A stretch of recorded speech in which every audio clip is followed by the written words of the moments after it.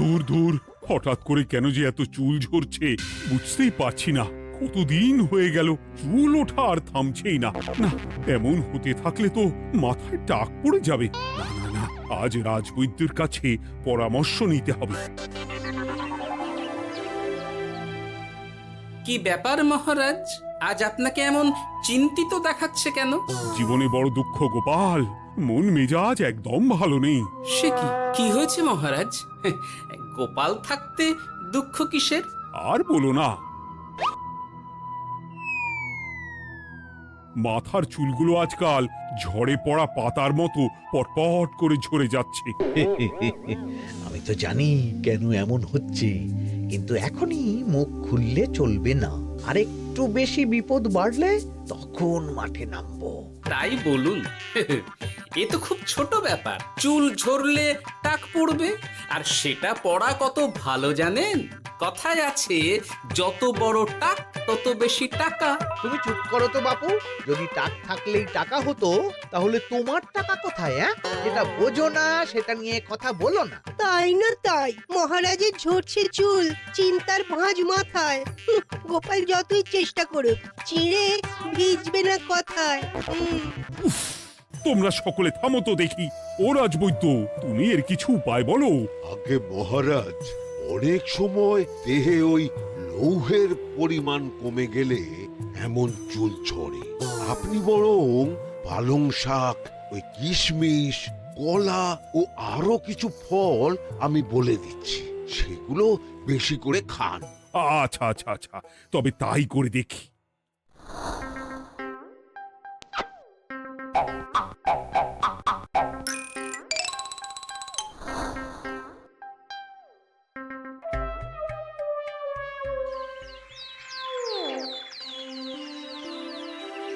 ও রাজবৈদ্য, তোমার কথা মতো শাক পাতা ফলমূল সবই তো খেলাম, চুল ঝরা বন্ধ তো হলোই না। তো জানতামই এমন হবে। কিন্তু মহারাজ, এমনটা তো হওয়ার কথা নয়। কিন্তু হচ্ছে তো। আরে আমার সাধে চুল, কোথায় চলে গেলি সব? এর জন্য তুমি দায়ী। তুমি এর জন্য শাস্তি পাবে বৈদ্য। আমাকে আমাকে ক্ষমা করে দিন মহারাজ। এমনটা হবে এ তো আমি ভাবতেই পারিনি। কিছু মনে করবেন না মহারাজ, ছোট মুখে বড় কথা বলছি। কিন্তু সত্যি এখানে রাজবৈদ্যর কোনো দোষ নেই। ওকে শাস্তি দেওয়াটা ঠিক হবে না মহারাজ। দেখেছেন মহারাজ, গোপালের সাহসটা দেখেছেন? আপনার মুখের উপর কথা বলছে। তা বলি, তুমি যখন এতই বোঝো, তাহলে নিজেই একটা আস্ত লোহা খেয়ে দেখো না, তোমার মাথায় চুল গজাচ্ছে কিনা। ঠিকই আছে, এসব মূর্খের মতো কথা কেবল আপনার থেকেই আশা করা যায় মন্ত্রী মশাই। মহারাজ, আপনি বিচক্ষণ মানুষ। আমার শুধু অনুরোধ, আরেকবার ভেবে দেখবেন। ঠিক আছে, রাজবৈদ্যকে আমি শাস্তি দেব না, কিন্তু সকলের জন্য আমার একটা ঘোষণা আছে। কি ঘোষণা? আমার এই কঠিন সমস্যা যে দূর করে দিতে পারবে, তাকে আমি বিশেষ পুরস্কারে ভূষিত করব। এই তো পেয়েছি। এই সুযোগ কোনোভাবেই হাতছাড়া করা চলবে না। এবারের সমস্যাটা সত্যি বেশ কঠিন। কি করলে যে মহারাজের চুল পড়া বন্ধ হবে সেই উপায় মাথাতেই আসছে না। হঠাৎ করে কেন যে এমন হলো কে জানে।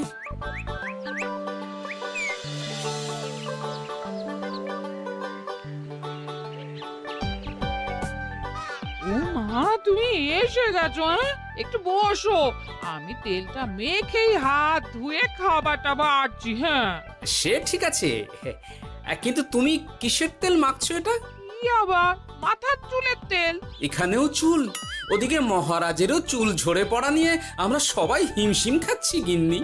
আরে, মহারাজের অত সুন্দর কালো চুলগুলো ঝরে যাচ্ছে, এ তো ভারী দুঃখের কথা। সে আর বলতে। ওই জন্যই তো আমি বাবা মাথায় এই জড়িবুটি তেল মাখি। এতে চুলের গোড়া শক্ত করে, চুলকে ভালো রাখে, নতুন চুল গজায় সব। হ্যাঁ। কি কি বললে? নতুন চুলও গজায়? সত্যি? হ্যাঁ। বাহ, তাহলে আর চিন্তা কি? আমাকে এই তেলটা একটু দিতে পারবে গিন্নি? মহারাজকে দিয়ে আসি। উনি বলেছেন যে ওনার সমস্যা দূর করতে পারবে তাকে উনি পুরস্কার দেবেন। ওমা, এই তাই নাকি? এ তো দারুণ ব্যাপার গো। নাও নাও নাও, তেলখানা নিয়ে মহারাজকে কাল দিয়ে এসো তাহলে। আর জানিয়ে দিও, দিনে 2 বার কিন্তু তেল মাখতেই হবে। হ্যাঁ, আচ্ছা ঠিক আছে।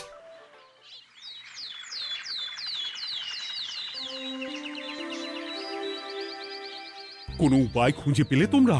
আগে মহারাজ, আমি আপনার জন্য নকল চুল বানিয়ে এনেছি। যতদিন আপনার চুল পড়া বন্ধ না হচ্ছে ততদিন আপনি এটা পরে ব্যবহার করতে পারেন। সে তো বুঝলাম, কিন্তু নকল চুল তো আর আসল চুলে জায়গা নিতে পারবে না বিজ্ঞানী। আসল চুলের কথা ভেবে আমি আপনার জন্য কেশুত্তে পাতা এনেছি মহারাজ। আচ্ছা বেশ। তা গোপাল, খুব তো আগের দিন বকবক করছিলে, তুমি কি এনেছো শুনি? সেটা যথাসময়ে দেখতে পেয়ে যাবেন মন্ত্রী মশাই। এটা জড়িবুটি তেল মহারাজ। আমি এটা আপনার জন্য এনেছি। এতে নতুন চুল গজায় আর চুলের স্বাস্থ্যও ভালো হয়। আমার গিন্নিও ব্যবহার করে এটি, তবে দিনে 2 বার করে মাখতে হবে, তাহলেই ভালো ফল পাবেন মহারাজ। বাবা, তাহলে তুমি কেন মাখো না? আচ্ছা, আপনার সমস্যাটা ঠিক কোথায় বলুন তো মন্ত্রী মশাই? মহারাজের জন্য কিছু আনলেও কথা শোনান, না আনলেও কথা শোনান। সত্যি তো মন্ত্রী, কেন তুমি সব সময় গোপালের পিছনে পড়ে থাকো বলো তো? এরা তো তাও সবাই কিছু না কিছু আমার কথা চিন্তা করে এনেছে, তুমি তো সেটাও করনি। না আসলে মহারাজ, আমিও ভাবছিলাম আপনার কথা, কিন্তু থাক, বুঝেছি। আহ, দারুণ। তেলের গন্ধটাও খুব সুন্দর। গোপাল, তোমায় অনেক ধন্যবাদ। আশা করছি ব্যবহার করলে খুব ভালো ফল দেবে। একদম দেবেই মহারাজ। দূর বাবা, ভেবেছিলাম এক, হলো আর এক। কোথা দিয়ে যে গোপালটা মাঝখান দিয়ে এসে নাক গলিয়ে ঢুকে পড়ে, খুব শক্ত পুরস্কার নেওয়ার। দেখাচ্ছি মজা।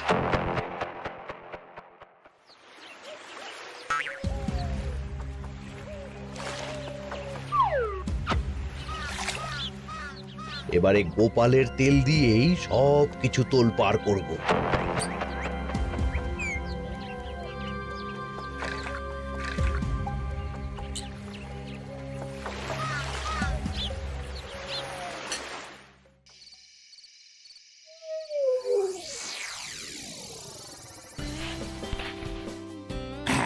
ব্যাস, হয়ে গেল 2 বার মাখা।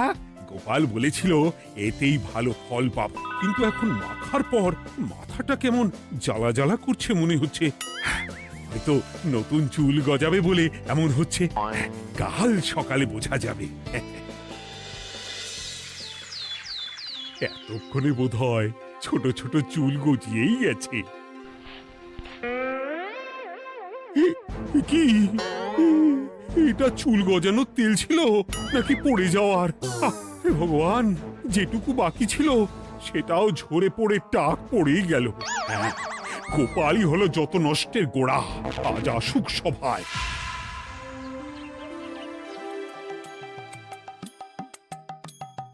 এই যে এখন এলেন উনি। ও কি মহারাজ, আপনি এমন কাপড় মাথায় জড়িয়ে বসে আছেন কেন?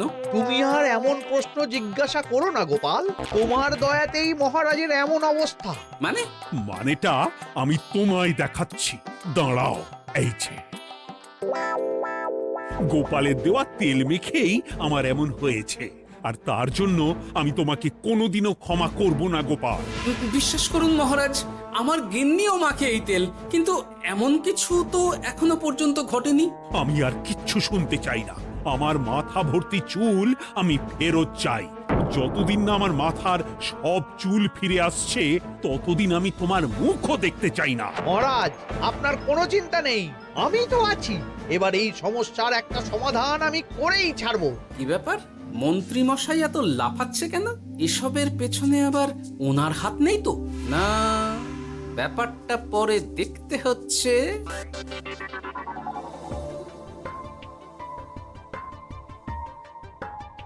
আমি বলি কি মহারাজ, এই সময়টা বরং আপনি নকল চুলটা মানে পরচুলা ব্যবহার করুন। হ্যাঁ, অগত্যা কিছু তো একটা গন্ডগোল আছেই।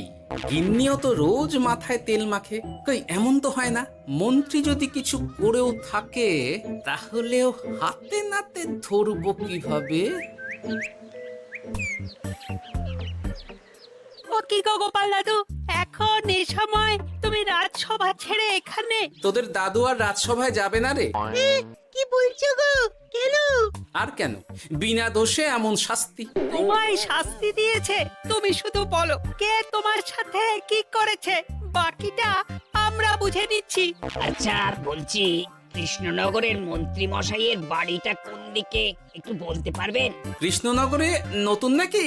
আগে তো আপনাকে কখনো দেখেছি বলে মনে পড়ছে না। হ্যাঁ, আমি এখানে থাকি না, আমি এখানে আমার কাজে এসেছি, তাই মন্ত্রী মশাইয়ের বাড়ির ঠিকানাটা যদি একটু বলে দেন।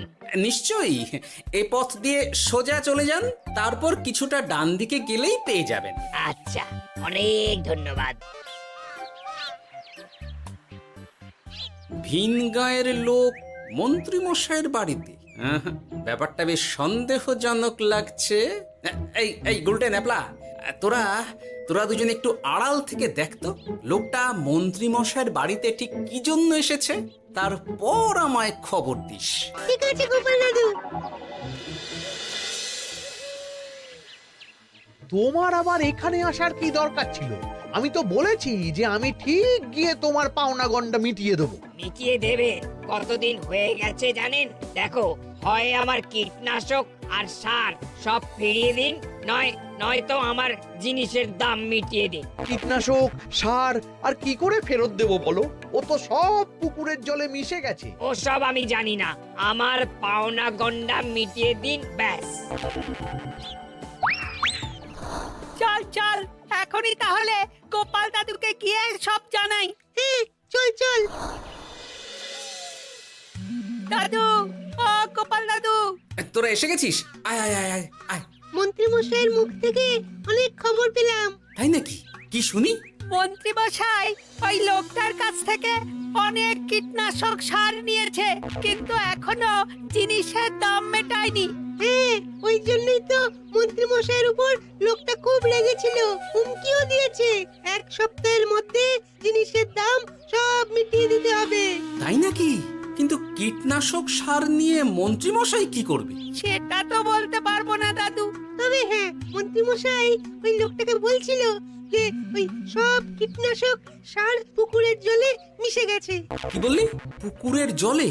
আচ্ছা, এবার দুয়ে দুয়ে 4 করা গেল। অনেক ধন্যবাদ রে তোদের। বল বল, তোরা কি খাবি? কিচ্ছু লাগবে না গোপাল দাদু, তবে ভোলা বয়ের আর মিষ্টি খাওয়ালে।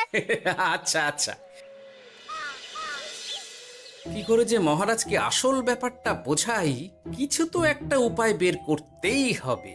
তা বলি বাবা, রাজসভায় যেতে হবে না বলে কি সারাদিন এইভাবেই শয়নে শয়নে দিন কাটাবেন বাবা? হ্যাঁ, উপায় পেয়ে গেছি। বুঝলে গিন্নি, আমাকে একটা জায়গায় যেতে হবে, বুঝলে? তারপর ওখানে যদি কাজ হয় তাহলে আগামীকাল রাজসভায় আমি যাব। কিন্তু তুমি যে বলেছিলে তোমার এখন ছুটি। হ্যাঁ, কি আর করি বলো, গুরুত্বপূর্ণ একটা কাজ, তাই যেতেই হবে। আচ্ছা যাও। ওই গো বিজ্ঞানী, আরে গোপাল যে, বলো। এই যে বিজ্ঞানী, একটা বিশেষ দরকারে তোমার কাছে এলাম, বুঝলে? হ্যাঁ, বলোই না। আচ্ছা, এই দূষিত জলকে কিভাবে আবার পরিশুদ্ধ করে বলতে পারবে? কেন পারবো না? জলের মধ্যে একটু চুন আর ফটকিরি দিয়ে দিলেই জল আবার দূষণমুক্ত হয়ে যাবে। তবে ওগুলো দেওয়ার পর কিছুদিন সেই জলকে ব্যবহার করা বন্ধ রাখতে হয়। হ্যাঁ। আচ্ছা আচ্ছা, অনেক ধন্যবাদ, আসি তাহলে। হ্যাঁ,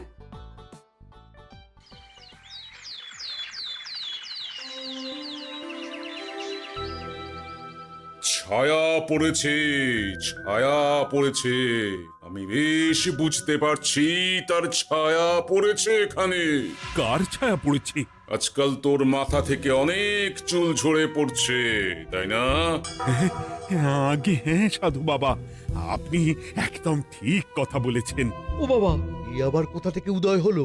আরে আমি একা গিয়ে সেই স্নানের পুকুর পরিদর্শন করতে চাই। যথা আজ্ঞা বাবা।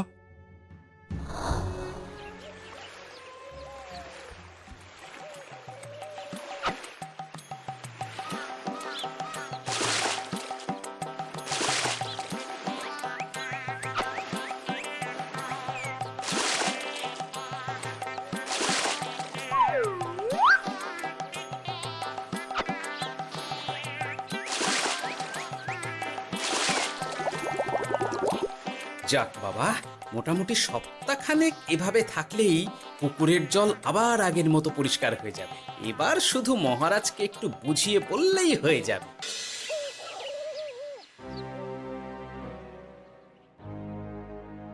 কি বুঝলেন সাধু বাবা? আমার অনুমানটাই ঠিক ছিল। পুকুরের জলে কালো ছায়া পড়েছে, কুদৃষ্টি পড়েছে, তাই এমন হচ্ছে। সে কি? কি কালো ছায়া? যত সব বাজে কথা। জল দূষণ করলাম আমি, আর দোষ পড়ছে কালো ছায়ার উপর। তাহলে এখন কি হবে? চিন্তার কোনো কারণ নেই। আমি মন্ত্রপুত ভস্য ছড়িয়ে দিয়েছি। 1 সপ্তাহ ওই পুকুরের জল স্পর্শ তো দূর, পুকুরের কাছেও যাওয়া নিষেধ। তাহলে আমার মোহরের কি হবে? যথা আজ্ঞা সাধু বাবা। ও কি, তাহলে মহারাজ এতদিন স্নান করবেন কোথায়? সে কথা কাউকে চিন্তা করতে হবে না। মহারাজের ওপরে কালো ছায়া পড়া জল পড়েছে, তাই আগে সেটা শোধন করতে হবে। আমাকে তাহলে কি করতে হবে সাধু বাবা? আমার শিষ্য গোপাল আমাকে আগেই এই বিষয় জানিয়েছিল। আমি তার হাত দিয়েই তোর স্নানের জল পাঠিয়ে দেব। তাই আগামী 1 সপ্তাহ সেই জল দিয়েই তোকে স্নান করতে হবে। কি গোপাল? দেখছো তো মন্ত্রী, গোপাল আমাকে কত ভালোবাসে। আমি ওকে কত কথা শোনালাম, কিন্তু না না না না, কাল থেকেই আমি আবার গোপালকে রাজসভায় ডেকে আনবো। আমি আসছি, আমার কাজ হয়ে গেছে। আর হ্যাঁ, তোর স্নানের পুকুরের চারিদিকে প্রহরীর বন্দোবস্ত কর। কাক পক্ষীও যেন ওখানে প্রবেশ করতে না পারে। আচ্ছা বাবা, আচ্ছা।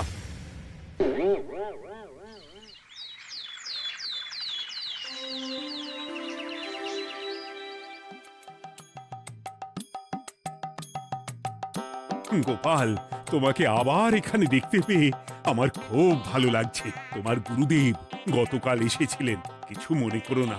না বুঝেই তোমাকে অনেক কথা শুনিয়েছি। না মহারাজ, আমি জানি আপনি আমাকে খুব ভালোবাসেন, তাই আমি কিছু মনে করিনি মহারাজ। এই নিন, আমি আপনার স্নানের জল এনেছি। হ্যাঁ হ্যাঁ, দাও দাও দাও।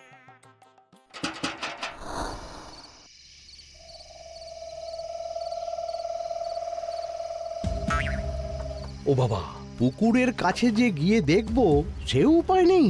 চারপাশে প্রহরীতে ভর্তি, তাহলে কি সত্যি সত্যি কালো ছায়া পড়েছে? ভালোই হলো, পাওনাদারকে বলে দেবো কীটনাশকটা জালি ছিল। হি হি।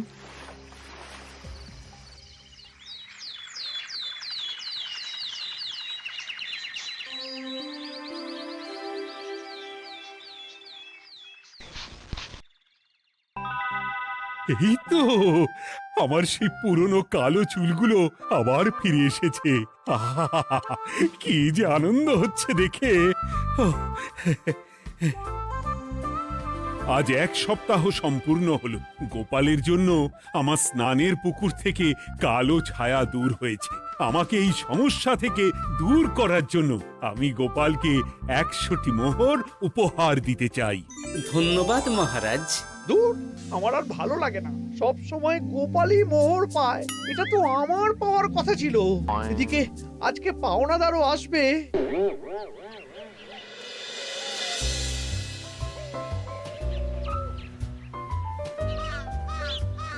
গোপাল দাদু, ওই লোকটা এসে গেছে। আচ্ছা, আসছি। এটা তো মন্ত্রীর বাড়ির দিকে রাস্তা। আমরা তাহলে ওদিকে কেন যাচ্ছি গোপাল? আপনার পুকুরের আসল রহস্যটা কি সেটা আপনি জানবেন না মহারাজ? মানে? নিজের চোখেই দেখুন, তাহলে বুঝতে পারবেন। আর একটু সময় দাও আমায় ভাই, এমনিতেও তোমার কীটনাশক কোনো কাজের নয়। কি এখন এসব কথা আর একদিনও সময় দিতে পারছি না। একটু বোঝো, একটু। সব আমি মহারাজের পুকুরের জলে মিশিয়ে দিয়েছি। মন্ত্রী, তুমি তাহলে সেই কালো ছায়া? মহারাজ, আপনার পর্দা ফাঁস হয়ে গেছে মন্ত্রী মশাই। তুমি তাহলে সবটা জানতে? একদম প্রথম থেকে। রে, খুব জোর ফেঁসেছি। এদিকে পাওনাদার, ওদিকে মহারাজ, এইখান থেকে কেটে পড়তে হবে। গন্ডগোল করে আবার পালানো হচ্ছে তবে রে। বলো, কেন করেছিলে?